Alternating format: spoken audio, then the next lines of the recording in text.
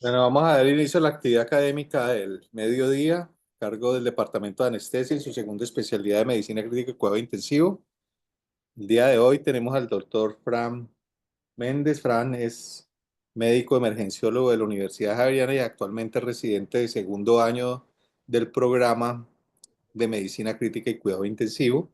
El tema de hoy, coagulación y anticoagulantes orales en el paciente crítico, una revisión de la literatura, revisión de conceptos. Y sin más preámbulos, empecemos, Bram. Doctor, muchas gracias. Buenas tardes a todos. Para los que no me conocen, mucho gusto, Frank Méndez, urgenciólogo, como lo dijo el doctor Fabricio de la Universidad Javeriana, y residente de segundo año de la especialización de Medicina Crítica y Cuidado Intensivo. Hoy vamos a hablar de un tema que siempre se establece en las unidades de cuidado intensivo, y es la cascada de la coagulación. Más allá del concepto, más allá de entender la cascada, es empezar a aplicar los conceptos de los nuevos modelos celulares, que de hecho, cuando hablamos de nuevos modelos celulares, pues llevamos 25 años ya hablando de nuevos modelos celulares. Entonces es lo interesante de parte de la charla. Y lo segundo es, vamos a ver la aplicabilidad, pues obviamente en el control de la cascada de la coagulación en relación a los anticoagulantes orales, que pues en una unidad de cuidado intensivo no son tan llamativos, sobre todo en el contexto de paciente extremadamente crítico o crítico. Más allá de eso, vamos a ver recomendaciones generales, vamos a revisar un poco la evidencia sobre puntualmente el uso de estos medicamentos orales en ciertas patologías que son las más prevalentes, aunque pues para el tamaño de la charla nos quedamos inclusive cortos en abarcar todas las patologías, pues uno, que se pueden anticoagular, o dos, que se benefician de estas terapias. Empezando con la charla, vamos a ver que hay que hablar de sangre. De hecho, el concepto de la utilidad de la sangre era que cuando había una lesión, ella se convertía en una gel tratando de detener la hemorragia, porque pues así nació, digamos, lo que, ¿por qué cuando nos cortábamos se detenía el sangrado en algún momento? Esto es lo que nos han enseñado desde la fisiología temprana, desde que estamos en el pregrado, y vemos que existe una vía extrínseca, una vía intrínseca, que congeniaban en una vía común, y más allá de eso, pues había un control del sangrado. De hecho, inclusive antes de las pruebas y antes de pues, tener los laboratorios y las nuevas pruebas que nos permiten dilucidar mucho mejor la cascada de la población, utilizábamos la semiología y una prueba que se llamaba el tiempo de Duke, que era hacer una punción mínima en el lóbulo de la oreja y cuantificar el tiempo en el cual se controlaba el sangrado, tratando de determinar la vía común. Pero no fue sino hacia más o menos en el 65 en donde definieron una cascada de la coagulación y que existían proteínas que se encargaban, pues obviamente, de generar la formación del coágulo, y de ahí que hubiera un control del sangrado a partir de una pues lesión vascular. De hecho, inclusive, cuando hablaban de esto, decían pues que existían diferentes factores o proteínas que se encargaban de activar una proteína que se empezó a aislar, que era el fibrinógeno convertido en fibrina, y pues que esto era lo que resultaba en el entramado de la malla de fibrina al final. Ahora, digamos lo que dentro del contexto de lo que nosotros conocemos en la cascada de coagulación, premodelo celular, ¿sí? Pues nos habían enseñado cómo se llamaba cada uno de los factores, cómo se mediaban, qué iniciaba el factor tisular sobre su propia vía, qué representaba el factor 8 activado, qué representaba el factor 7, y que cómo estas proteínas o proproteínas, pues a partir de la expresión de una carga negativa, que es la fosfatidilcerina, que vamos a hablar un poco de eso, ellas se modificaban y a través de proteasas se activaban y formaban complejos que terminaban en una vía común.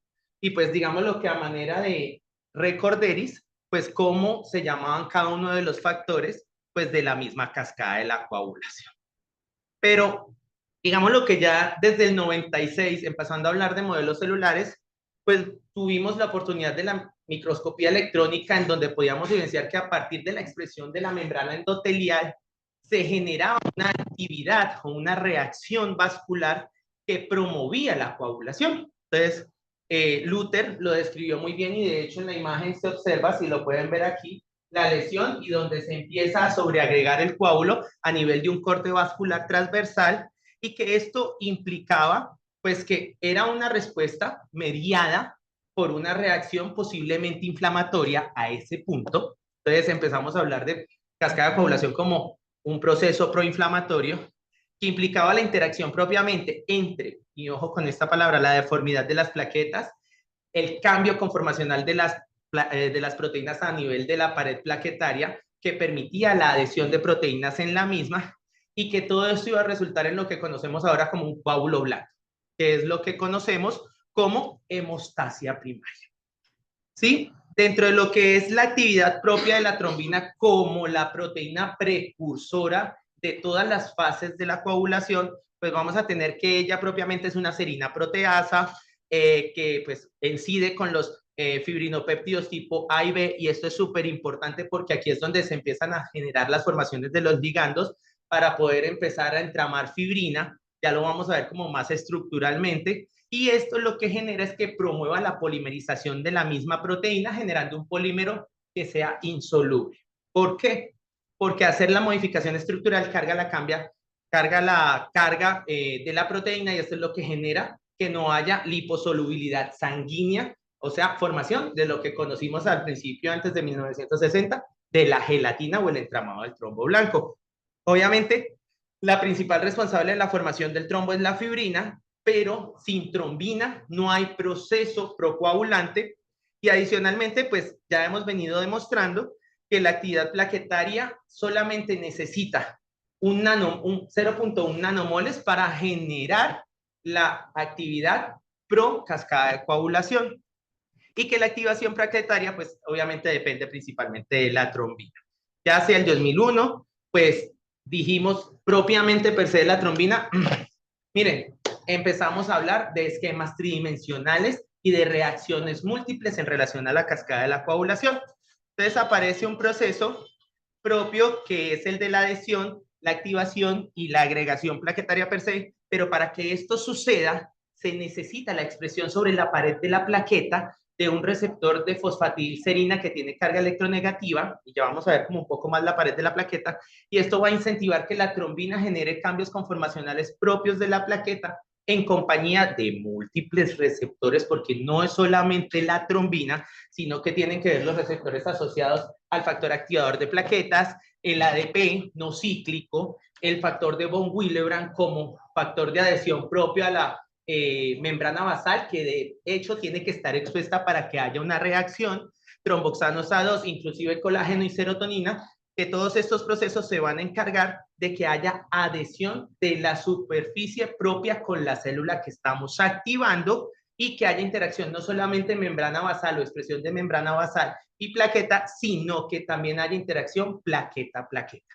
¿Todo eso para qué sucede? Para esto. Yo creo que esta es una de las gráficas que uno repasa mucho en hemostasia primaria, es miren toda la cantidad de receptores que se encargan de generar modificaciones intracelulares de calcio, porque son las que se encargan de activar rutas de AMP cíclico y de y de 3-fosfato-inositol. ¿Para qué? Porque es que esta es la imagen que me gusta. Para transformar esta plaqueta en esta plaqueta, lo que le permite que pueda adherirse en la lesión o en la expresión propia de la membrana basal y trate de cubrir todo el espectro de la lesión, porque es que si seguimos teniendo una lesión persistente, una expresión de la membrana, pues hasta que no se ocupe todo el espacio lesionado, no va a empezar a generarse control dentro del proceso procoagulante, dentro de la actividad de la cascada de la coagulación. Y pues obviamente todo este cambio conformacional va a generar tres resultados principales. Uno, que se deforme la plaqueta. Es lo que necesitamos. Dos, pues la exposición propia de la fosfatidilcerina con carga negativa, porque es la que me da la pauta del inicio de la hemostasia secundaria. Y tres, liberación de marcadores a partir de gránulos que me generan la actividad circundante y activa a las demás plaquetas para que se pueda generar el desarrollo procoagulante de este mecanismo. Entonces, lo que acabamos de ver muy rápidamente es lo que se conoce como una hemostasia primaria, que pues es una cadena de eventos simultáneos que se activan mediados la lesión, pero lo que vamos a hablar más profundamente es sobre hemostasia secundaria, porque de hecho parte de los medicamentos que vamos a hablar aquí hacen parte de la inactivación propia de la hemostasia secundaria, como los anticoagulantes orales. Y resulta que no fue sino hasta el 2001 en donde pues salió esta publicación que decían, venga, eso no es lineal, es una serie de eventos múltiples que se dividen en tres fases principalmente, que van a generar que se promueva la formación de un coágulo duro, porque ya hablamos del coágulo blando, ¿sí? Entonces, ¿qué sucede? Este fue el modelo inicial, ¿sí? Pero que uno cuando lo observa sigue siendo escalonado, en donde a partir de una lesión tisular, mediado la actividad del factor tisular con el factor 7 activado, es decir, cogen las rutas y empiezan a generar un mecanismo tridimensional, va a generar que el factor 9 se active y al mismo tiempo va a promover que el factor 10 sea activado, lo cual va a llevar a que desencadene una serie de eventos que los vamos a ver uno por uno y me inicie la cascada de coagulación a partir de un modelo celular.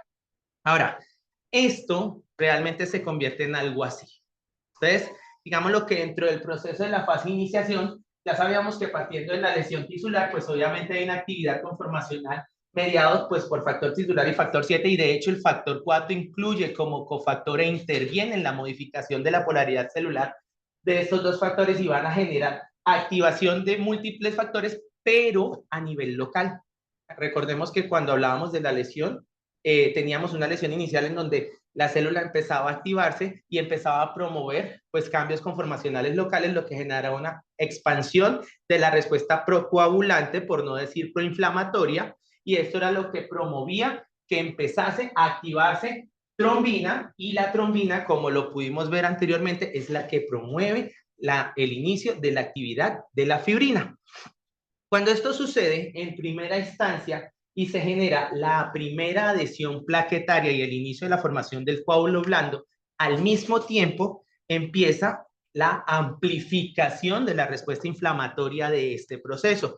Y esto es mediado, lo habíamos visto anteriormente dentro de la hemostasia primaria, por eso es que hablamos que este modelo celular es más tridimensional, que necesita expresión de membrana basal, necesita receptor de von Willebrand, necesita continuidad del feedback positivo de la actividad del factor 9 y del factor 10 para que se active más trombina de manera secuencial, y esto es lo que genera que se activen más plaquetas, y al activarse en más plaquetas hay mayor liberación de gránulos de ATP, hay mayor liberación de serotonina, hay mayor actividad del factor activador de plaquetas, por lo que incide o promueve mayor actividad de tanto las plaquetas como la agregación de las serinas proteasas, lo que va a promover los cambios conformacionales que se generaron en la iniciación de esta cascada pues tridimensional. Lo que va a generar pues que obviamente a partir de la expresión de serinas o fosfatidilserinas cargadas negativamente, pues abra el escenario para que todas las proteínas que son compatibles con la electrocarga negativa de la fosfatidilserina se inicien y se empiecen a adherir a la plaqueta. Sobre todo, porque lo vimos anteriormente, la trombina, que es la que mayor afinidad a la fosfatidilserina tiene. Y esto es lo que genera que esa adhesión active al fibrinógeno en fibrina y empiece a generar la trama densa o la malla o el enmallado de fibrina, lo cual va a producir que obviamente se promueva de manera industrial, sacado literal del texto, la formación de mucha más trombina, conllevando a una mayor amplificación y con el objetivo de tratar de cubrir toda la lesión vascular, es decir, toda el área que está expresando membrana basal, y lo que genera es que obviamente esto se controle iniciando de manera masiva hasta que no tengamos expresión de membrana basal per se. Entonces, obviamente dentro de los mismos procesos de amplificación, la trombina de hecho es la trombina es la molécula mucho más importante en este proceso, lo que va a generar, pues lo que ya hablamos, haya una explosión de trombina y pues obviamente incida en multiplicar la misma cascada que vimos a la iniciación. Todo esto que les estoy hablando es algo así. Entonces, Digámoslo que dentro de los dibujitos una plaqueta llama a otra plaqueta vuelve y expresa receptores de fosfatidilcerina, otra plaqueta vuelve a adherirse tanto a la membrana basal como a la plaqueta de al lado, vuelve y expresa receptores para ADP, receptores de serotonina, receptores de fosfatidilcerina, etc., etc., lo que va a promover que más factor 9 se active, lo que va a conllevar a que más factor 10 se active, y solo por el simple hecho de que hay expresión de membrana basal en el área de la lesión tisular. Por eso se le llama amplificación. A partir de una empieza a generar como si fuera un bagmotropismo, empieza a generar que una haga lo mismo que la otra, que la otra, que la otra, con tal de cumplir la función de tratar de controlar la expresión de la membrana basal. Y cuando inicia esto, empieza la fase de propagación. Entonces, obviamente, es una serie de eventos continuos que van a generar que no solamente la trombina tenga actividad per se aquí, sino que ya, obviamente, dentro del entramado de fibrina, ya con la expresión propia de la fibrina y el receptor de la fosfatidilcerina, empiece a generar una disminución en las cargas porque se está empezando a controlar, digámoslo así, el foco de la lesión vascular. Y al mismo tiempo, como se está agregando tanto de manera lateralizada como de manera alta, la agregación tanto plaquetaria como de factores procoagulantes, se da la formación de un coágulo más rígido porque no es solamente la plaqueta interactuando con la plaqueta al lado con mis receptores, sino que la fibrina como estructura molecular le genera mayor estabilidad y es cuando se forma un coágulo verdadero o el coágulo rojo porque empieza a agregar y adherir todas las proteínas que están circundantes a la reacción propia del entramado de la fibrina en asociación con las plaquetas. Esto parece un trabalenguas, pero realmente es una serie de eventos que se desencadenan, como lo dije al principio, por una sola estructura, que es el receptor de fosfatidilcerina, que es el que se expresa cuando hay una lesión vascular. Y de ahí empieza a dispararse pues todos los procesos tanto de membrana basal plaquetaria como de membrana de la plaqueta como célula y de la membrana basal como área de lesión vascular y promueve pues obviamente que se genere activación propia ya de todos los factores, eh, producción abundante de proteínas que se van a encargar de estabilizar el coágulo y que al final cuando esto sucede se va a ver algo más o menos así, porque traté de como plasmar el dibujito en donde pues cuando hay sobreexpresión de trombina mediante pues obviamente la estructura propia del fibrinógeno, actividad propia de ligandos mediados por arginina y glicina porque son propios de la molécula, se deforma y genera la estructura de fibrina para tratar de estabilizar el coágulo blando y producir pues obviamente un coágulo real de fibrina. Todo esto es esto, porque este es el dibujito del 2000 que muestra el resultado de lo que ellos proponen desde una fase de iniciación que activa factores a nivel local, genera una respuesta exacerbada mediada por la plaqueta y al final, obviamente, por múltiples plaquetas se genera un control de la lesión vascular y era lo que veíamos antes de 1960, se forma la gelatina que controla el sangrado.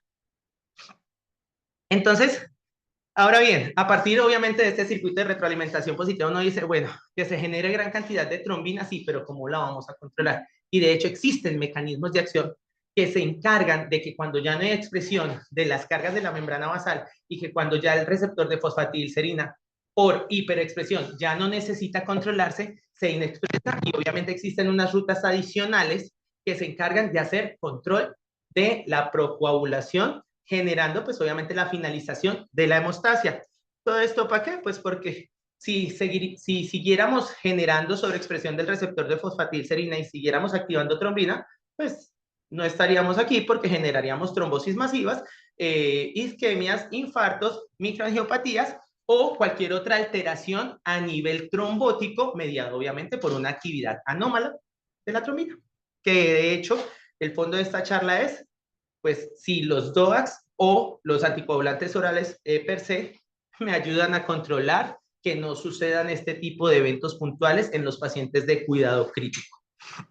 Y pues obviamente que todo este modelo no solamente depende del concepto per se de hemostasia, sino que tenemos que tener en cuenta que debe haber una expresión mediada por una pared vascular, debe haber actividad plaquetaria y de hecho función plaquetaria buena, porque de hecho hace 8 días inclusive Lina, obviamente dentro de lo que eran las trombocitopenias mencionábamos la importancia de las mismas, pero que también debe existir una funcionalidad adecuada, digamos lo que es de la fisiología normal, de los factores de coagulación y que de hecho nosotros modificamos farmacológicamente o en los casos en los que nos corresponde, tratamos de controlar las patologías asociadas a los trastornos de la coagulación y que obviamente todo esto en una secuencia de eventos van a generar que exista una hemostasia primaria y esto termine pues obviamente en una formación de un trombo estable, sostenible y que sea capaz de controlar el sangrado.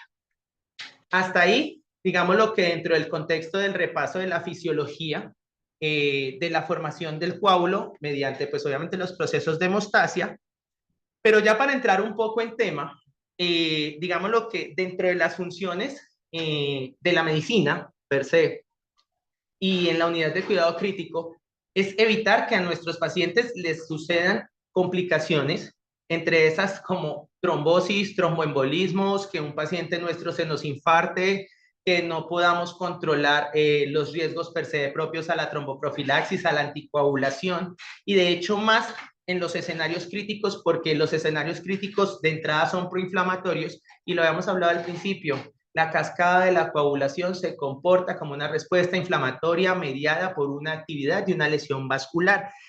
Y de ahí que obviamente el interés en los últimos años es de crear o conseguir moléculas que nos puedan ayudar a controlar estos procesos, pero el dilema va a seguir siendo el mismo hasta el momento. En una unidad de cuidado crítico, en un paciente crítico o extremadamente crítico, utilizar ciertas moléculas no son tan convenientes o no son recomendadas, o en algunos casos sí podríamos usarla, pero nos vamos a dar cuenta en el transcurso del resto de la charla que vamos a empezar a hablar de no inferioridades de moléculas, porque de ahí para arriba, en relación a este tema, no hay evidencia que me soporte algo más allá de una no inferioridad. Y lo vamos a ver. De hecho, cuando empezamos a hablar de anticoagulantes orales, nos damos cuenta pues que existen moléculas que inhiben ciertos procesos dentro de la cascada de la coagulación. Inclusive, el proceso, digámoslo que dentro del proceso, la molécula más inhibida, digámoslo por el gusto de las farmacéuticas, es el factor 10. ¿Sí? Nos damos cuenta que obviamente existen moléculas como los antivitamina K, existen moléculas como las heparinas, existen moléculas que se llaman DOACs, aunque ya no se llaman DOACs, sino que son anticoagulantes orales porque ya los tenemos en el mercado, no son tan nuevas y de hecho las tenemos a disposición para el manejo tanto adentro como afuera de la unidad de cuidado intensivo. Vamos a ver que obviamente moléculas como el rivaroxaban, el apixaban, el endoxaban y el betrixaban inhiben directamente al factor 10 y que tenemos otra presentación que es el dabigatran que inhibe a la trombina. ¿Listo? Entonces, haciendo un recorderis de la cascada, uno dice, bueno, ya sabemos por dónde pasa, qué inhibe, qué evita y qué puede generar dentro de los procesos de la cascada de la coagulación. Ahora, hablando un poquito de farmacocinética de estas moléculas, como lo pueden ver en la tabla, ya sabemos que inhiben per se, pero miren la biodisponibilidad en sangre posterior a la ingesta y obviamente esto va a variar y lo vamos a ver, pero la mayor biodisponibilidad rápida la podemos ver en el rivaroxaban. Adicionalmente, vamos a ver cómo se comportan los tiempos en alcanzar la concentración máxima y que la molécula sea efectiva, pues obviamente en lo que es la función de la inhibición propiamente del factor a la cual inhibe, cuál es el tiempo medio de eliminación, porque es que esto nos va a permitir pensar en esquemas de tratamiento y de hecho eso es lo que han hecho, y cuáles son los mecanismos de eliminación. Y esto en la UCI sí es importante, porque es que si tenemos pacientes con lesiones renales agudas, tenemos pacientes con fallas renales crónicas, tenemos pacientes con insuficiencia hepática, falla hepática, ¿sí? Nos van a generar cambios en las concentraciones y en la eliminación per se de los medicamentos. Entonces, uno tiene que empezar a pensar aquí de entrada, nuestros pacientes, ¿cuál es el porcentaje de que hagan lesión renal aguda cuando están en condición extremadamente crítica? Este paciente tiene alto riesgo trombótico, voy a empezar a utilizar DOACs. De hecho, las recomendaciones están claras, pero deberíamos en algún momento, en caso de querer utilizar este tipo de moléculas, obviamente sobrepensando esto, decir, un momento, ¿qué podemos hacer? Pues obviamente en relación a este tipo de situaciones. Esta tablita, a manera de resumen, este es como el regalo, pues dice, vea, y ojo con esto, el dabigatran, bueno, disminuye el riesgo de stroke, pero es que no estamos hablando del riesgo de stroke en UCI. Estamos hablando del riesgo de stroke en FA, en paciente que ya salió de un evento agudo y que pues obviamente tenemos que anticoagularlo. Al igual que disminuye el riesgo de trombosis venosa profunda y tromboembolismo pulmonar, y así sucesivamente uno podría escanear cada una de las moléculas de acuerdo a los estudios que han ido saliendo en general, pues obviamente por un lado defendiendo la molécula desde el punto de vista de las farmacéuticas y por otro tratando de aprovechar la ventaja del uso de la anticoagulación oral, ¿sí? Pero si uno empieza a escruñir esta tabla y uno empieza a buscar en UCI qué hay, pues obviamente empezamos a ver que empezamos a encontrar espacios vacíos o huecos dentro del mismo conocimiento. Adicionalmente, pues uno ve la lista del rivaroxaban y tiene bastante ventajas en pacientes que sobre todo tienen fibrilación auricular, que se infartan estando con fibrilación auricular, pacientes que pueden hacer eventos cerebrovasculares isquémicos que tienen FA y que necesitan una terapia anticoagulante, pues obviamente para tratar de evitar disminuir el riesgo, pero no encaja todavía dentro de, pues obviamente estas recomendaciones, el uso en el paciente extremadamente crítico o crítico, pues que es parte del objetivo de esta charla. Aquí hay, pues, complementando la misma tabla, las recomendaciones en general de rivaroxaban. Voy a hablar un poco más profundo de esto. Esto es más como un sapo de la presentación. Y pues existen recomendaciones en relación de endoxaban o betrixaban, que de hecho, inclusive esto lo podemos ignorar porque no está siendo utilizado dentro del mercado a pesar del estudio y la recomendación, porque pues hace parte de lo que habla la literatura. Ahora, propiamente, estos anticoagulantes orales dependen de varias cosas, y esto es otra cosa que uno debe pensar en la unidad de cuidado intensivo. Esta tablita, digamos lo que la terminé construyendo en relación, pues obviamente, al efecto al nivel gastrointestinal de la absorción, porque estamos hablando de fármacos orales, a nivel de la disfunción renal que puede presentar en el paciente crítico, a nivel de la disfunción hepática y en casos de obesidad, obesidad mórbida o índices de masa corporal por encima del 35%, porque de hecho son como parte de lo que evitar, no recomendar, recomendar. Y cuando uno empieza a mirar cada uno de los medicamentos, pues uno dice, ah, mire, respecto a la absorción, se retrasa el tiempo de concentración máxima del medicamento en sangre en relación al dabigatran. Cuando uno mira el rivaroxaban, pues se puede aumentar mucho más la biodisponibilidad del medicamento rápido. Ah, de ahí sale que lo recomienden tomar con las comidas tanto en la mañana como en la noche. Porque es que, de hecho, de ahí parten las recomendaciones. No se ven afectados por los estudios y, de hecho, inclusive dentro de la recomendación del Betrixaban no influye hacerlo o no. Pero ojo, y de hecho eso es algo que en cardiología hablan mucho y en medicina interna también, y es estos pacientes con insuficiencia hepática. De hecho, hay guías propias de este bloque nomás, en donde todos tienen la misma recomendación: ajustese a función renal. Y ya sabemos por qué, porque dentro de la farmacocinética del medicamento, la mayor parte de la depuración es renal, y si yo tengo pacientes con falla renal, pues voy a aumentar la concentración permanente del medicamento en sangre, voy a disminuir la eliminación, y esto me va a predisponer, y de hecho los estudios son claros, a mayor riesgo de sangrado y a mayor complicaciones del paciente.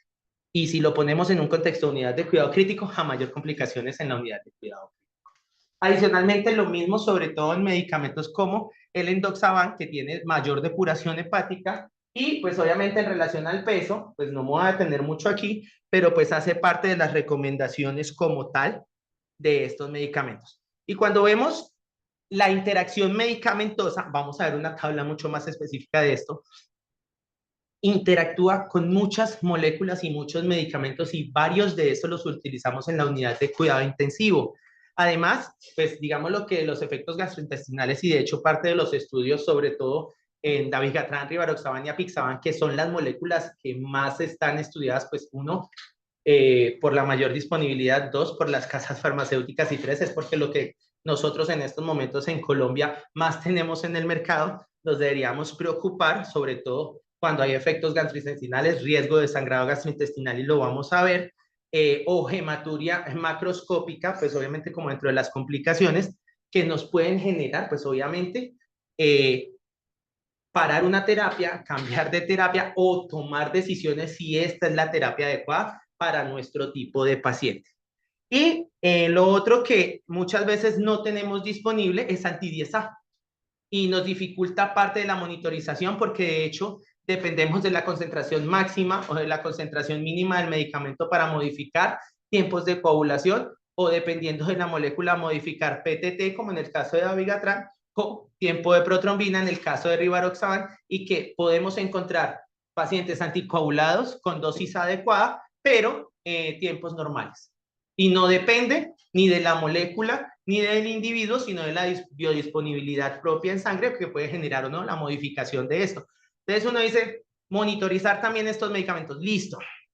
Y todo esto nos lleva a una conclusión grande, que todavía no la quiero dar, pero cuando uno empieza a mirar la interacción propia de los medicamentos, uno dice, vea, el dabigatran actúa con los receptores de la glicoproteína P. Ah, mire, interactúa con ciclosporinas, interactúa con tracolimos, interactúa con algunos antifúngicos y lo que genera es que haya una mayor actividad propia del rivaroxaban, entonces esto nos aumenta el riesgo de sangrado en este grupo de pacientes, o puede tener actividad intermedia con amiodarona, un medicamento que utilizamos mucho en la unidad de cuidado intensivo, penitoína, carbamazepina, inhibidores de bomba de protones, porque obviamente va a disminuir su impacto y absorción, entonces uno empieza a decir, el dabigatran no es como mi mejor opción, pero cuando uno empieza a mirar rivaroxaban y a ver las interacciones con el receptor CYF3A4, uno dice,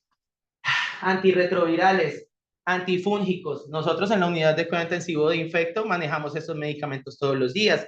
Entonces, realmente aumentar la predisposición a sangrado utilizando rivaroxaban en ciertos grupos de pacientes que no están en condición extremadamente crítica o crítica, pues obviamente que tienen infecciones que requieren tratamientos de larga data, pues la recomendación que va hacia allá la seguimos manteniendo y de ahí para adelante podemos ver una interacción con todas las moléculas, que es lo que yo creo que es el objetivo final de la charla, es vea, son anticoagulantes orales, son medicamentos que podemos empezar a utilizar como recomendación para tratamientos prolongados y de hecho los estudios hablan de tratamientos 3, 6, dependiendo de la patología o anticoagulación oral permanente, porque es que nosotros en la unidad de cuidado intensivo, aparte de que tenemos que pensar en todo esto para decir, no, yo prefiero seguir utilizando esto, o ya veo que mi paciente está más estable, ya tiene menos interacciones medicamentosas, ya puedo empezar a tratar, o como nos pasa en muchos de los servicios, tenemos pacientes piso y tenemos que empezar a implementar terapia,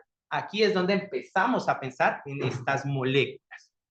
Y pues obviamente lo que siempre pasa con los anticoagulantes orales es ojo con el riesgo de sangrado y vamos a empezar a hablar un poco más de esto, pero pues si tenemos riesgos de sangrados menores, pues la recomendación de lo que pues censan los expertos en las guías es suspéndalo temporalmente, evite el riesgo de reiniciar tras solución de los síntomas y calcule, obviamente con scores de riesgo, el riesgo que puede tener este paciente de resangrar en relación al uso de estos medicamentos, si hay criterios de hemorragia mayor, haga control de sangrado, haga manejo emergente y reconsidere el uso de esta terapia para ya sea ajustarlo o cambiarlo. Y en relación a intervención quirúrgica urgente, pues vamos a ver unas tablitas de recomendaciones de cómo revertir esto y pues obviamente actuar en relación a la patología que está generando obviamente la complicación y en caso de intoxicación o toxicidad, porque también se puede presentar obviamente en los pacientes que tienen compromisos multiorgánicos, pues usted reconsidera que esta no es la terapia adecuada.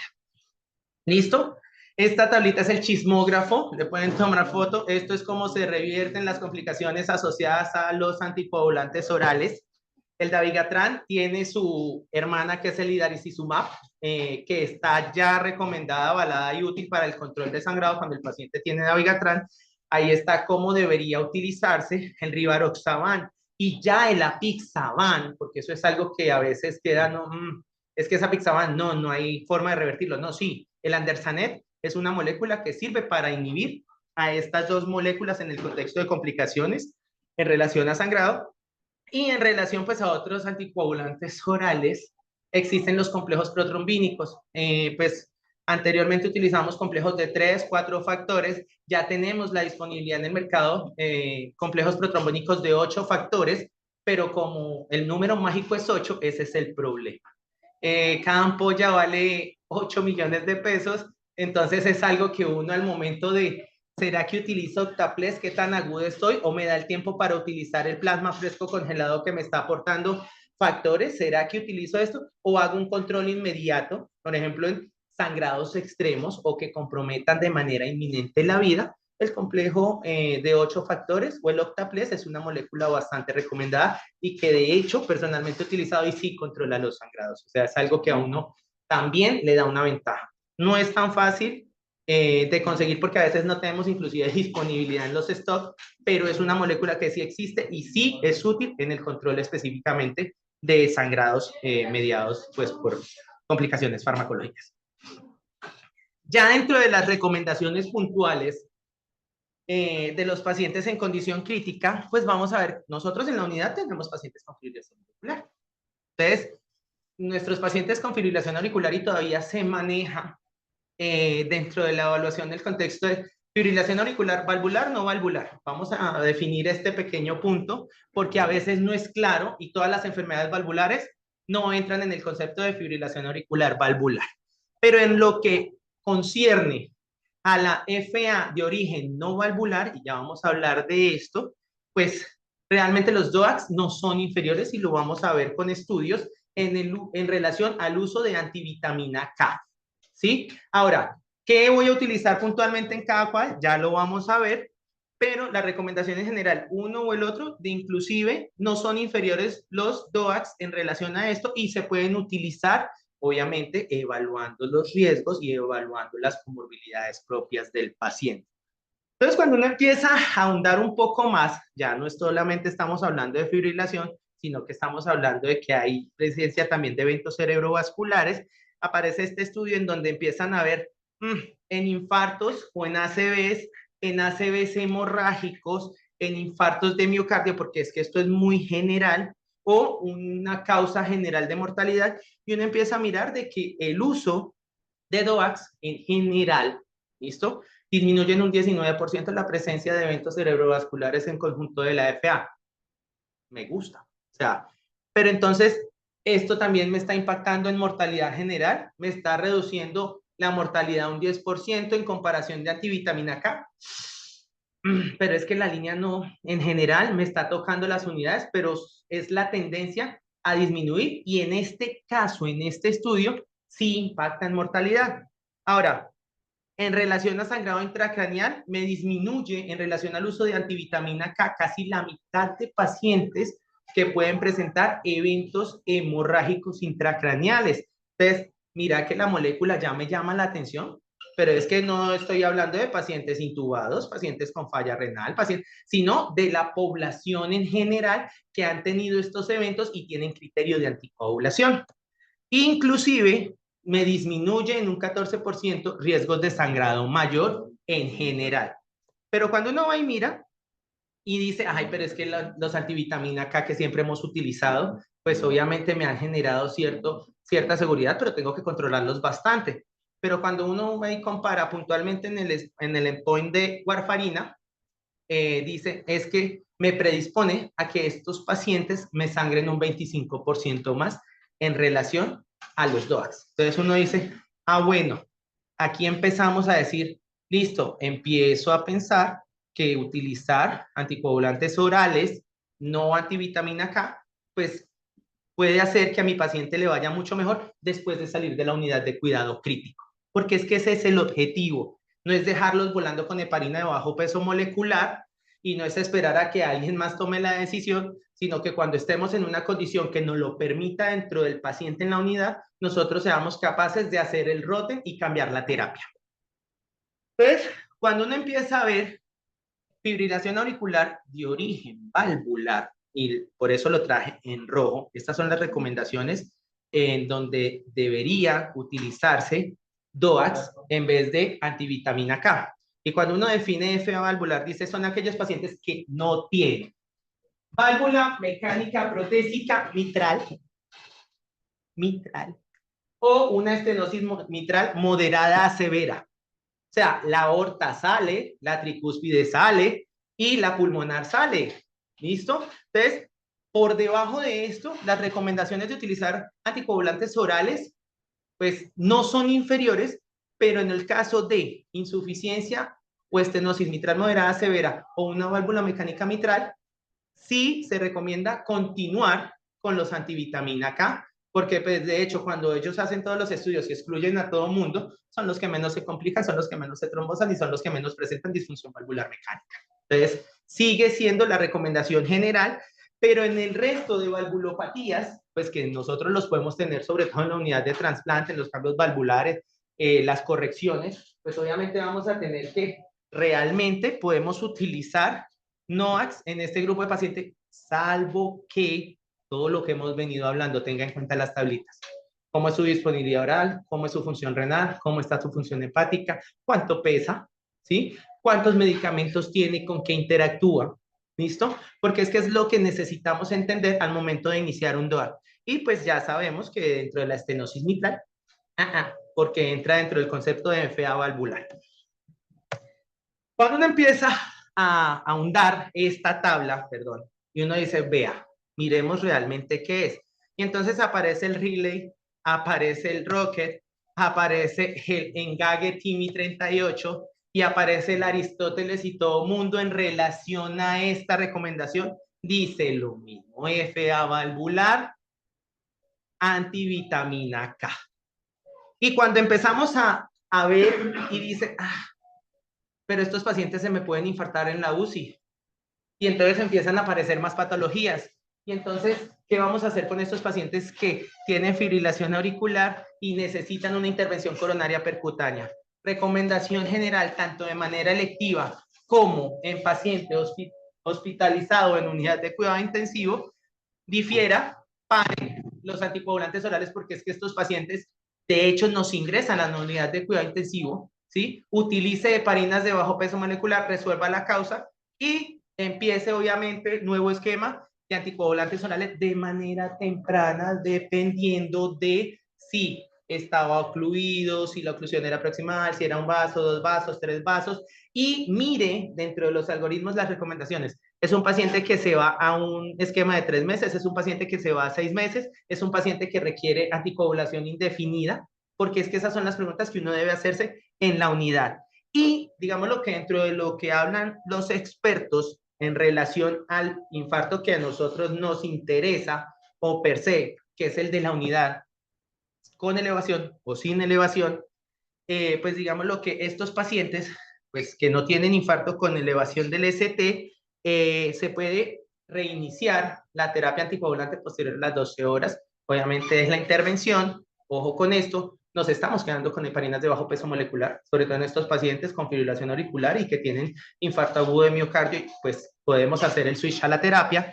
Y estos pacientes, pues que entran o hacen infartos con elevación del ST, pues uno debería medirle y esto debería ser una medida emergente para poderlo hacer, pero no tenemos la disposición de esto. Lo ideal, en un mundo ideal, ellos dicen, debieron haber suspendido terapia por lo menos 12, 24 horas antes, dependiendo de qué anticoagulante oral estamos hablando, ¿sí? Y no estamos hablando de solamente para una terapia fibrinolítica, porque per se prima la terapia fibrinolítica independientemente a la última dosis del anticoagulante. Más allá de que el paciente también pueda presentar una enfermedad multivaso o una necesidad de una intervención quirúrgica urgente, nos toca esperar de 1 a 3 días, de 3 a 5 días o de 5 a 7 días en el orden de rivaroxaban, apixaban, dabigatran. ¿Listo? Y o con niveles de antitrombina 10, mirar la necesidad en estos pacientes, sobre todo que están con antivitamina K, que pues obviamente es mucho más fácil revertirlos y nos permite poder hacer una intervención mucho más temprana. Pero ya sabemos que el grupo selecto de los antivitamina K los dejamos ahí quietos. Entonces, cuando uno empieza a mirar en infarto, en FA puntualmente, pues qué recomendación o qué anticoagulante podemos utilizar, pues tenemos estos pacientes. Este es un estudio que se hizo, un metaanálisis, pacientes con infarto puntuales, que requieren una terapia anticoagulante oral más terapia, terapia antiplaquetaria, ya sea simple o dual. Y pues la idea es ver qué tanto sangraban o pues, qué tanto se podían complicar en relación al sangrado en estos grupos de pacientes e inclusive qué tantos MEIs o eventos mayores podían presentar este grupo de pacientes. Pues estas es como las características de los estudios que se incluyeron dentro del metaanálisis: apixaban placebo, rivaroxaban placebo, rivaroxaban warfarina, dabigatran placebo y dabigatran warfarina. Entonces, ahí están las características de los números poblacionales, los antecedentes de infarto, la predisposición propia de diabetes, la cantidad de intervenciones coronarias percutáneas que se realizaron y, pues, digamos, algo que a veces nos llama la atención, sobre todo en este grupo de pacientes, que es la edad, porque inclusive hay recomendaciones del uso de esto, sobre todo en menores de 75 años, pero ya estamos viendo recomendaciones en grupos mayores de 75 años y que han mostrado seguridad en este grupo de pacientes, sobre todo en fibrilación auricular per se. Entonces, cuando vemos esto y empezamos a mirar, pues obviamente, los cálculos en relación al uso de este en el tiempo, en relación a sangrados o eventos cardiovasculares mayores, pues uno dice, miren, aquí dice que los tres, pues no tienen riesgo de sangrado en relación al otro, pero sí llama la atención que cuando vemos eventos cerebrovasculares mayores, el rivaroxaban sí tiene la capacidad de disminuir el riesgo de MEIS en este grupo de pacientes. De hecho, de ahí que muchos cardiólogos, y de hecho por este estudio principalmente, hacen la recomendación de utilicemos rivaroxaban en este grupo de pacientes. Pero cuando uno mira el Flores Plot, con una heterogeneidad del 76%, y de hecho sí tiene por qué esa heterogeneidad. Son grupos poblacionales que no solamente estamos evaluando con un mismo medicamento, sino que son diferentes medicamentos en los mismos grupos poblacionales, además de que inclusive el mismo estudio lo decía, pues nuestra definición de sangrados varía de uno al otro, lo cual pues no me permite como, a pesar de los resultados, decir, ¿realmente el rivaroxaban es la mejor recomendación en este grupo de pacientes? Porque es que si usted se devuelve, dice, ¿qué me importa más? ¿Los eventos mayores o el riesgo de sangrado? Y uno dice, a mí me importan las dos cosas. O sea, de hecho es lo que yo quisiera tratar de abarcar. Y cuando uno empieza a mirar, listo, es el que menor predisposición a sangrado tiene, por números. Y de ahí que nace la recomendación. Y es el que menor, a pesar de que cuando uno mira esto, queda inconforme, obviamente evaluando cada uno de los estudios en relación, pues obviamente al sangrado y en relación a eventos cardiovasculares mayores, pues uno dice, listo, me sigo quedando con la recomendación. Y ellos dicen, concluyamos, en pacientes con evento reciente, la adición, pues obviamente de los DOACs en relación a la terapia antiplaquetaria simple produce eventos hemorrágicos excesivos y ninguna reducción de eventos graves. Pero cuando adiciono, pues, anticoagulantes orales en relación a la terapia antiagregante igual, si hay reducción modesta, sobre todo con rivaroxaban en este grupo de pacientes. Y de ahí nace la recomendación puntual, pues obviamente en este grupo de pacientes, porque lamentablemente aquí toca mirarlos como uno a uno. Esto no me sirve para, pues, utilizarlos en otros grupos poblacionales. Y pues obviamente ellos siempre dicen lo mismo que dicen todos los estudios, faltan más estudios para poder dar una ratificación real de esto.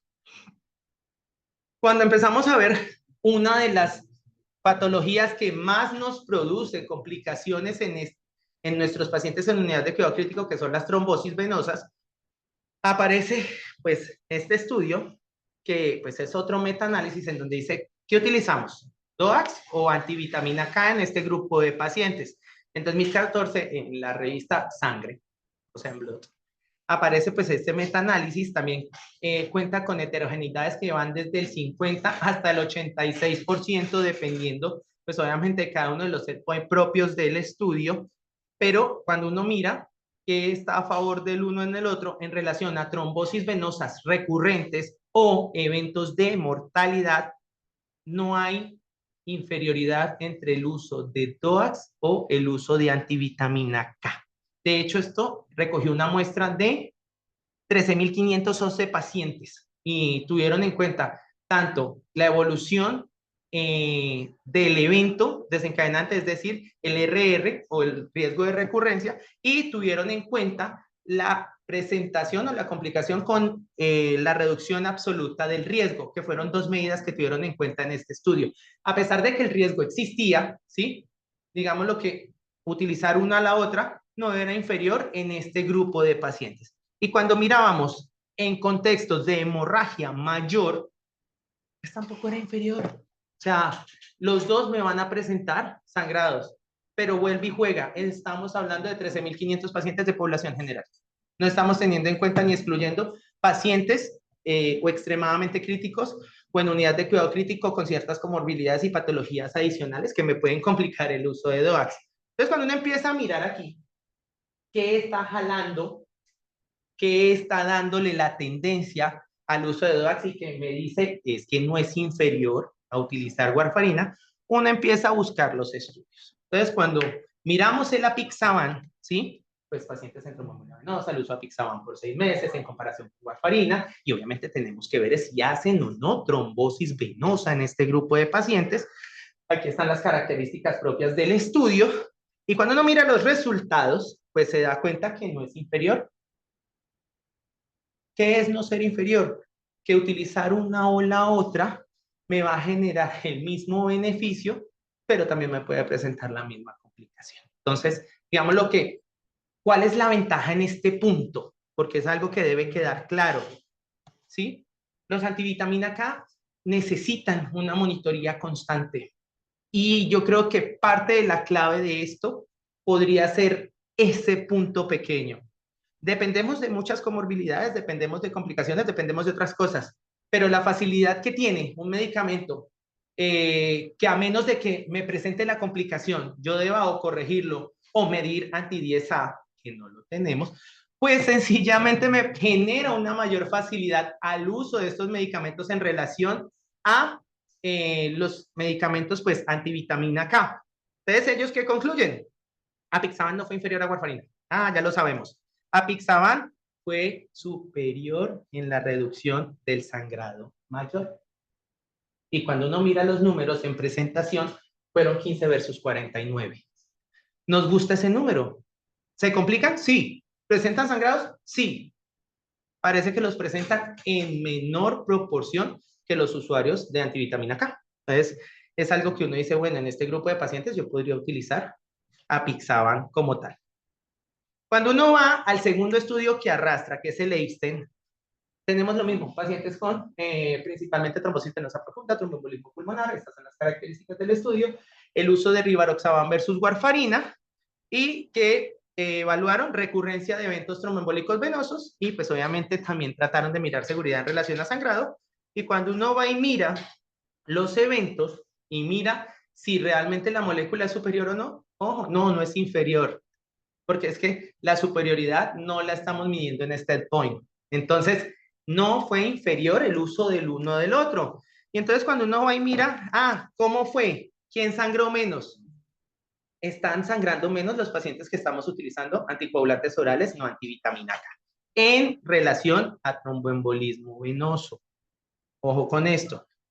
Conclusión, rivaroxaban no fue inferior a la terapia estándar y sí presentaron menor riesgo de sangrado estos pacientes con rivaroxaban. Y cuando uno va y mira el dabigatran, pues dice, vea, lo mismo, tromboembolismo venoso, dabigatran versus warfarina, que tenían unos INRs controlados porque pues la idea era monitorizarlos. Como el outcome fue recurrencia de eventos tromboembólicos a los 6 siguientes meses del inicio propio de la terapia, y pues fue un estudio de no inferioridad. Por eso les dije que esta charla era no inferior a las otras charlas en el mercado.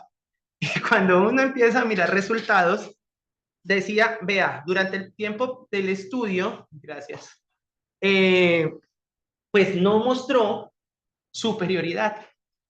Y cuando uno habla en trabalengua dice, no, fue inferior el uso de dabigatran en comparación de los antivitamina K en este grupo de pacientes en relación a la presentación de tromboembolismo venoso recurrente, o sea, posterior al inicio de la terapia, que volviera a ser el evento tromboembólico.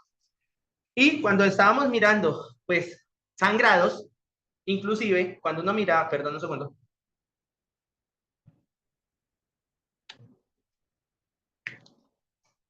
No había diferencia significativa, o sea, no era inferior en el contexto de hemorragia, pero sí cuando evalúan el riesgo de hemorragia, no la hemorragia, sí disminuyó un 26% el riesgo de hemorragia en este grupo de pacientes.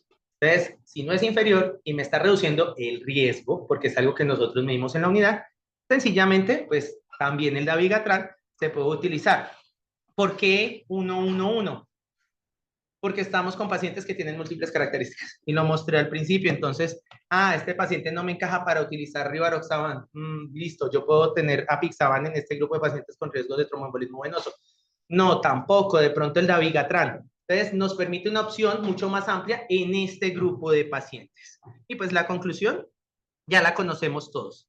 Ahora, ojo, porque de hecho los pacientes que más riesgo tienen de presentar trombosis son los pacientes con enfermedad renal crónica, de hecho. Inclusive estas son las recomendaciones de la Guía Europea 2018 y yo creo que esto es una gráfica que es muy clásica en la presentación de terapia anticoagulante y es, ojo, muévase sobre el espectro, no de la creatinina, sobre la tasa de filtración glomerular, ¿sí? Porque es que esto es lo que permite o le ajusto o no le ajusto, lo utilizo o no lo utilizo. Y miren, cuando estamos muy por debajo de los 30, ¿qué medicamentos podría yo recomendar en este grupo de pacientes? Pero tenga en cuenta algo, este grupo de pacientes, pero aquí usted empieza a diferenciar, está infartado, tiene tromboembolismo venoso, tiene ACV, tiene... porque es que son esas adendas las que nos va a permitir utilizar este tipo de medicamentos. Y cuando vamos a buscar las recomendaciones, y este grupo de pacientes, pues me parece interesante, dice, vea, los datos de seguridad, pues ya los vimos, no son como tan chéveres. Cuando empezamos a ver las recomendaciones propias de la AJA, la ASA, la Unión Europea, pues pacientes desaconsejan el uso de trombolíticos intravenosos en este grupo de pacientes para darle continuidad al tratamiento. Ojo con esto, porque es que de hecho esto no está hecho para una unidad de cuidado intensivo, ¿sí? Adicionalmente, pues de hecho de aquí que parten las recomendaciones, paciente crítico, paciente extremadamente crítico, paciente que requiera una anticoagulación y una monitoría continua, ahí va la recomendación con la que vengo sutilmente desde el principio. Heparinas en el paciente crítico o extremadamente crítico y hasta que yo no lo estabilice y lo saque de todas sus complicaciones, no debo ni puedo pensar en anticoagulantes orales. Entonces, digamos lo que pues, en ACV quedó bonito, pero lo traje y lo puse aquí porque no solamente en ACV, de hecho, y de eso es lo que yo le comentaba ayer al profe, pues evidencia en paciente intubado, ventilado con norepivaso que está con una coagulopatía, que está politrombótico, que está generando eventos masivos, no, porque es que tengo compromiso de múltiples sistemas y de hecho puedo llegar a tener compromiso hepático y renal. Y de hecho son mis dos órganos con los cuales yo evalúo funcionalidad multiorgánica, aparte pues obviamente de todos los demás sistemas. Pero entonces en este grupo de pacientes, la recomendación general pues sigue siendo los anticoagulantes endovenosos. O sea, heparinas. Y cuando uno viene y empieza a ver, pues esto es el otro chismógrafo resumen. Entonces, pacientes con enfermedad renal moderada, ya lo vimos. Apixaban, endoxaban, rivaroxaban, recomendación 2018. Alto riesgo de ACV, dentro de los esquemas, dabigatran es una buena opción, recomendación 2018. ACV con alto riesgo de sangrado, ajuste, o puedes utilizar apixaban, endoxaban dependiendo de, son casos muy puntuales. Riesgo de sangrado per se, el apixaban dentro de los tres fue pues el que menor riesgo de sangrado ha mostrado. Cuando requieres una monodosis en un paciente para adecuar su tratamiento anticoagulante oral, rivaroxaban va a ser la mejor elección en este caso. Cuando tiene antecedente de hemorragias de vías digestivas, apixaban es la opción. Cuando esto es sacado un librito de Zamora, que me pareció súper chévere, entonces nomás fue transcribir la tablita ya, esto no me lo inventé yo, como las otras. Historia de ACV, rivaroxaban o apixaban, y de hecho entre los dos apixaban, enfermedad coronaria, ya lo vimos, a pesar de que la evidencia está ahí, rivaroxaban, e inclusive, pues obviamente dentro de las recomendaciones, pacientes de alta edad se recomienda inclusive el uso de apixaban por encima de rivaroxaban o dabigatran. tenga en cuenta todas las comorbilidades y las enfermedades per se del paciente. Y que cuando uno va a ver ACV, pues uno tiene que ir o fue un TIA o no fue un TIA. O sea, fue un ACV o un TIA. Si es un TIA, al otro día, sin ningún problema, reiníciele su terapia anticoagulante oral. Y si fue un stroke, como tal, tenga en cuenta, ¿fue moderado o fue severo? ¿Sangró o no sangró? Porque es que cuando uno dice sangró o no sangró, cambia el algoritmo totalmente, pero en este contexto, si es moderado, a los 6 días usted puede tener la tranquilidad de reiniciar una terapia anticoagulante oral, pues sin alto riesgo de sangrado, y en el contexto del severo, pues espere entre los 10 a 12 días, o como dicen los gringos, entre 8 a 10 días, dependiendo de donde usted lo lea, pero cuando tenemos hemorragias asociadas a esto, bueno, tenemos que esperar de 4 a 8 semanas. Y si no tenemos la posibilidad de esperar, por el alto riesgo trombótico, hay que llevar a ese paciente a un cierre de auriculilla para disminuir el riesgo de recurrencias de trombos como tal. Ya para terminar, dentro del manejo perioperatorio, las recomendaciones pues están claras, son cirugías de bajo riesgo o son cirugías de alto riesgo, son cirugías selectivas o son cirugías emergentes, y así es como se debe pensar al momento de la estratificación, sobre todo en la UCI. Tenemos una cirugía que debe estar programada y tenemos el paciente que está crónico en la unidad, lo tenemos con terapia anticoagulante oral y necesitamos programarle el procedimiento electivo. Bueno, tenemos que evaluar los scores de riesgo, es decir, es bajo riesgo de sangrado o es alto riesgo de sangrado. Y lo otro, pues obviamente que no hemos soltado nunca en la charla, pues debemos definir obviamente las fallas, tanto hepáticas como renales, para mirar obviamente cómo está el estado de coagulación de mi paciente con el uso de este medicamento. Y en el caso de las cirugías de emergencias, pues uno, ya tenemos cuáles son los reversores, porque obviamente es mandatorio resolver la causa y poder hacer la intervención quirúrgica, pero en el caso de alto riesgo de sangrado, dependiendo del procedimiento y dependiendo de la valoración, usted debe suspender 2, 4 o 5 días la anticoagulación, dependiendo de. ¿Listo? Esto lo traje porque me lo encontré en una de las publicaciones. Para quien le interesa ahondar mucho más en el tema, estos son estudios que están llevándose a cabo en estos momentos en relación con anticoagulación, pero cuando uno empieza a evaluar terapia, no hay nada de NUCI. Entonces, la invitación puede ser en el fondo tenemos un campo todavía que explorar en estos lados, pues en el caso de que querramos en algún momento adaptar este tipo de terapias en el paciente crítico, aunque pues obviamente nos la ponen muy difícil con todo lo que tenemos que lidiar a nivel multiorgánico para estar, pues, digamos lo que muy arbitrariamente diciendo, titular anticoagulantes orales.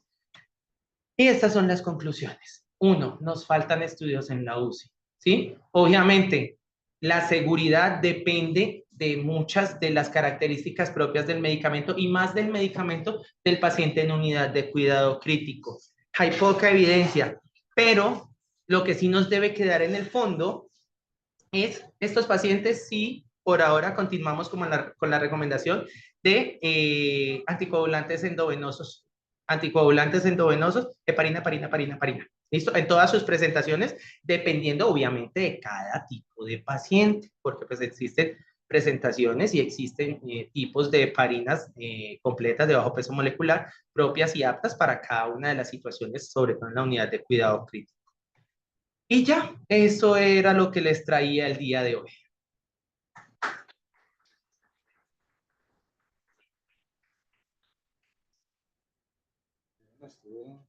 Una revisión. Preguntas.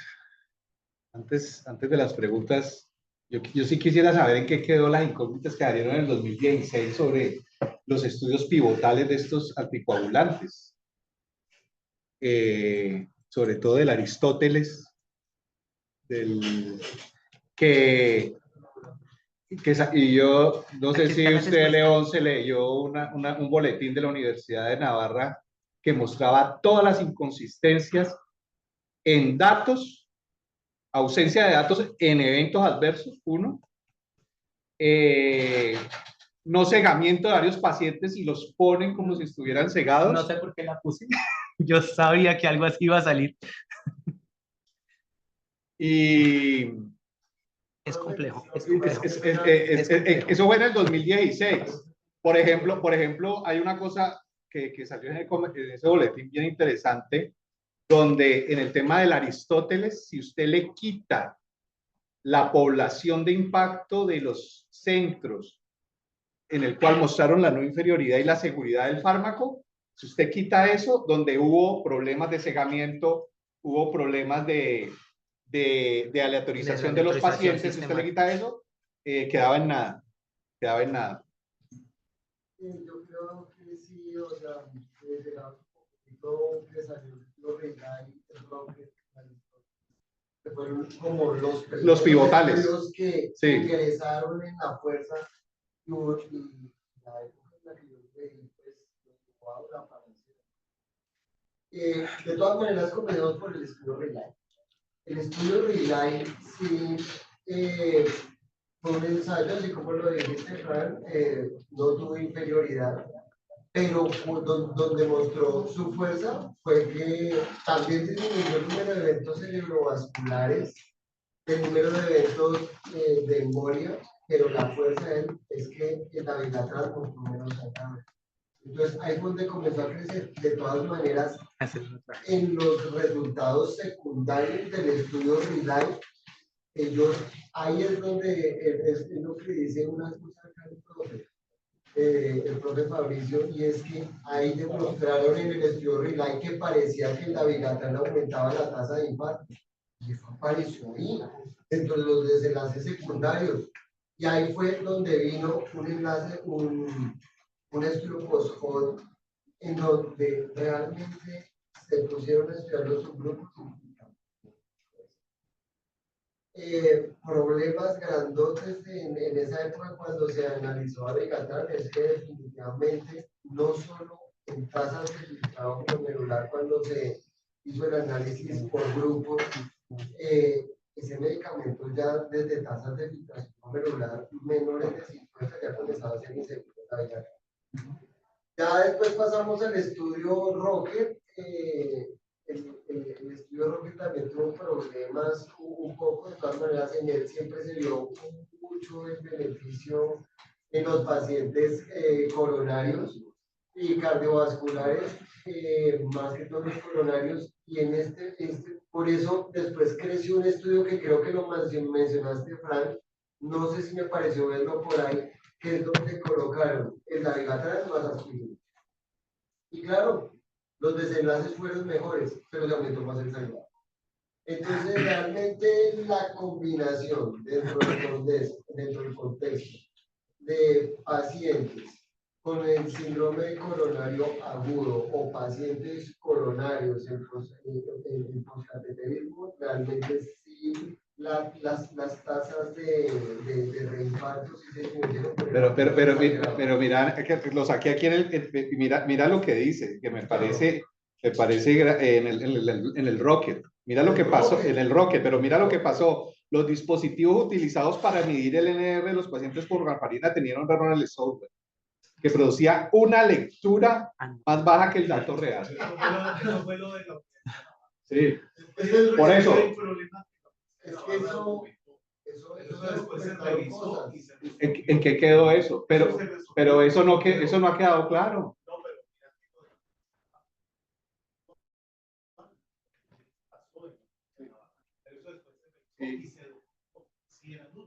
Obviamente, lo que no se recomendaba era utilizar nuevo anticoagulante oral más la aspirina más el antiagregante adicional. Por eso preguntaban qué había quedado. Con FA coronaria no necesitan aspirina, solamente el nuevo anticoagulante oral y el antiagregante. Y el tema de la Pixaban, pero sí tenían bastante. El Pixaban es de los que pero mira que los análisis de esos mostraron bastante irregularidades. Y ese es más irregular. ¿Y sabe los estudios de impacto, sabe dónde eran? En China. Y si usted quitaba esa población de China, quedaba en nada. Todos esos estudios. Ahora ya llegando a Aristóteles, sería chévere buscar el comunicado entonces de la FDA donde, o sea, y pudieron hacer el análisis, porque yo no lo he visto. Por eso mi pregunta. No, buscar. De ese interrogante, esas múltiples interrogaciones que salieron en 2016, de hecho, independientemente de lo de Navarra, yo me acuerdo que estando en San José aún, claro que era más, eso fue en el 2016, eso fue mucho antes, siempre estuvieron muy, como, ¿será que sí son tan seguros? ¿Será que sí? Es que lo que pasa es que Y el cuidado crítico, como usted definió, definitivamente yo creería que no. No. Allá no. Esto es de medicina interna. Es que lo que pasa es que ellos quisieron vender en el Aristóteles, o sea, la panacea del medicamento, porque ya habían publicado el Rocket, el Reylay, y ellos Pura decían, casa "Venga, en farmacéutica". función renal estamos Que eso es lo que- caídos". Pura casa Entonces farmacéutica. vendieron el Apixaban diciendo que lo podían colocar hasta menos de 15 tasa de filtración glomerular. Y fueron a mirar, como dice el doctor, fueron a mirar las poblaciones y los subgrupos, y eso era completamente seguro colocarlo en tasas de filtración glomerular Por debajo de 30. Y después hicieron otro estudio y salió exactamente lo que tú estás diciendo, Frank. Uno se pone ya en los de la segunda fase que vienen de E2, que son los directos del 10, que es el Edoxaban, el Apixaban y el Rivaroxaban. Esos tres que eran los que uno como tal caracterizaba con tasas de filtrado, eso al final es igualadito, papá, no se puede colocar en tasas de filtración menores de 30. Es inseguro. Es inseguro. Y pues bueno, después comenzaron a colocarlos, que fueron los otros estudios que mencionaste, que realmente, tanto el estudio Reylay como el Rocket como el Aristóteles, esos fueron en FA no valvular. Y entonces dijeron, no, ya quedamos en no valvular, después hicieron unos estudios de ya como que sí tienen un beneficio, y el beneficio es en la disminución del sangrado, no que sean mejores que warfarina. No son mejores. No, no son mejores. Y lo que siempre, y lo que hemos, por lo menos la barbaridad fue monitorizar. Eso es seguridad. Y en estos no, nada, nada. Bueno, ya por lo menos le salieron, claro, ya por lo menos le salieron medicamentos que los antagonizan, por lo menos eso.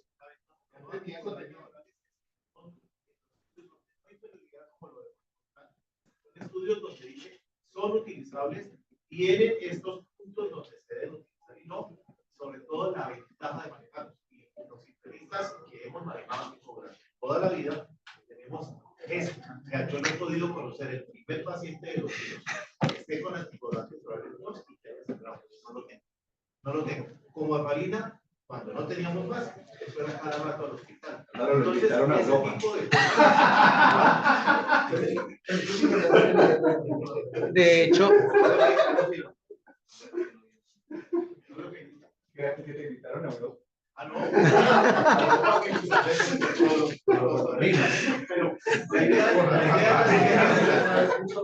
la idea es la siguiente. Los nuevos anticoagulantes orales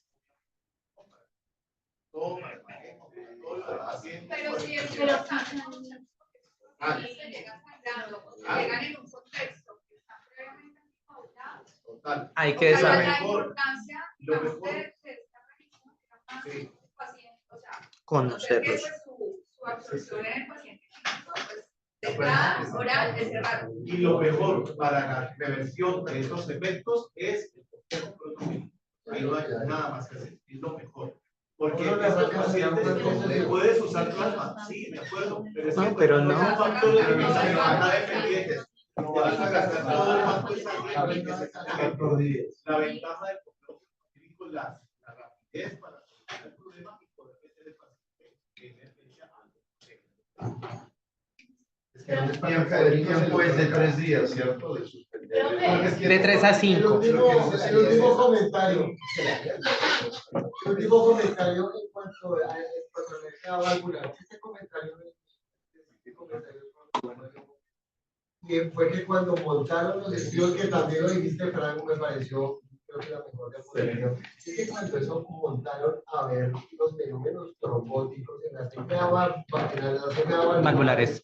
cuando dijeron, vamos a evaluar las FAs que venían de válvula mitral fuera de estenosis o insuficiencia. Pues es que cuando las FA son valvulares y vienen de esa que es la valvulopatía más trombogénica. Ahí fue cuando se hizo el análisis con el doctor Mario Gómez. ¿Qué hicieron eso si ni siquiera pudieron con la válvula mitral? Entonces, básicamente, yo considero, eso es una opinión, eso es una opinión mía, yo realmente no utilizaría en ese valvular. ¿Hay preguntas en el auditorio virtual? Ya, bueno. Ahí están todavía. Ya es. No están, no. ¿Se va a hablar? Venga, hágase acá. Para Para que lo diga. escuchen. De hecho, Álvaro fue muy desjuiciado y nos hizo acá en el auditorio.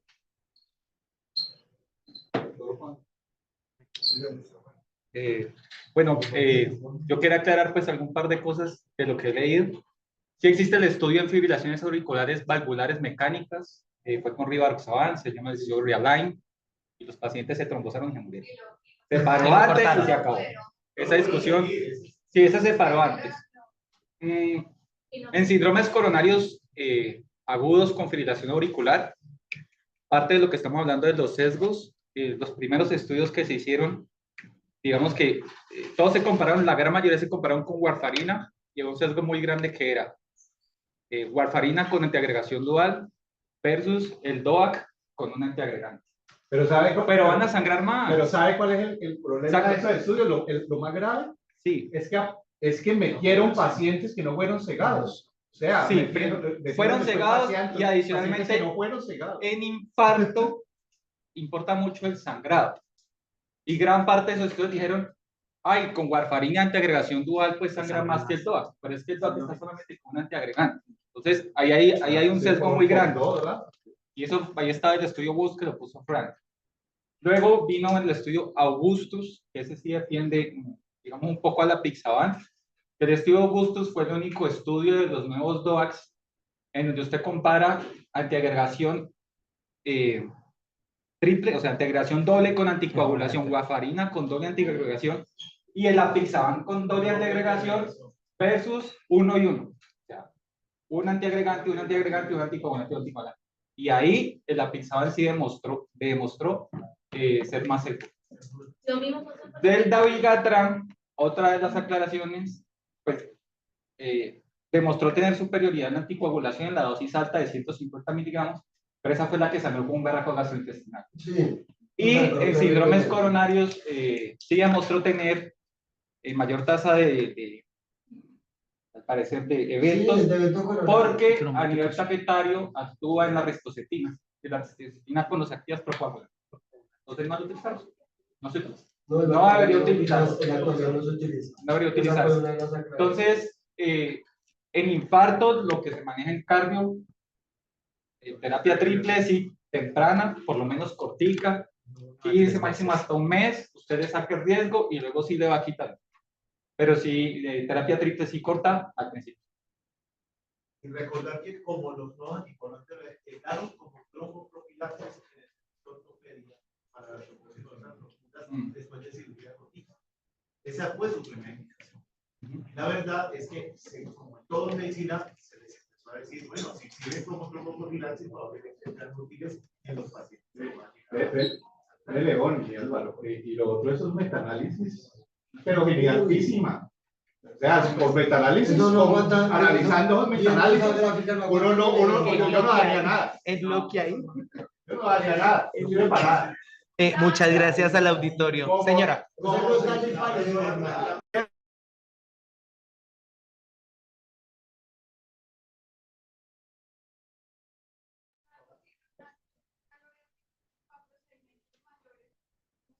Inmediata y en caso de complicación, reversión inmediata más intervención quirúrgica. Ah. Dependiendo de 3 a 5 días con DOACs. Esa es la recomendación. 3 a 5 días, urgente revertible. Sí, no, urgente. Si tenemos el antídoto, le ponemos, y si no, el único que tengo que dar es a mí que sangre un paciente. Muchas gracias al auditorio virtual.